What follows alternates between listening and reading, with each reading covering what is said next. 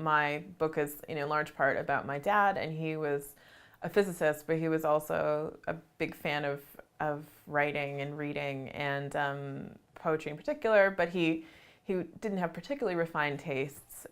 He loved Ogden Nash. And I think the other thing about this is a poem about a little girl who's like pretty sassy, I suppose. And I think that was something that he really encouraged with me and my sister and my brother as well. But, I think particularly as a father of daughters, he was very keen for us to kind of not feel pressured by gender stereotypes and to go out in the world and be adventurous. I remember one time when I was about 17, a friend invited me to go across New York State with her family, and I wasn't sure if I should go. And I said to my dad, "Do you think I should go on this trip?"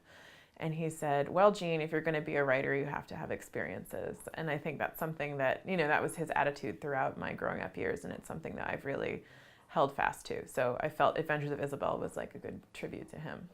Okay. Perfect. Adventures of Isabel by Ogden Nash. Isabel met an enormous bear. Isabel didn't care. The bear was hungry. The bear was ravenous. The bear's big mouth was cruel and cavernous. The bear said, "Isabel, glad to meet you." "How do, Isabel? Now I'll eat you." Isabel didn't worry. Isabel didn't scream or scurry. She washed her hands and she straightened her hair up. Then Isabel quietly ate the bear up. Once in a night as black as pitch, Isabel met a wicked old witch. The witch's face was cross and wrinkled. The witch's gums with teeth were sprinkled. "Ho, ho, Isabel," the old witch crowed. "I'll turn you into an ugly toad." Isabel didn't worry. Isabel didn't scream or scurry. She showed no rage and she showed no rancor, but she turned the witch into milk and drank her. Isabel met a hideous giant. Isabel continued self-reliant. The giant was hairy. The giant was horrid. He had one eye in the middle of his forehead.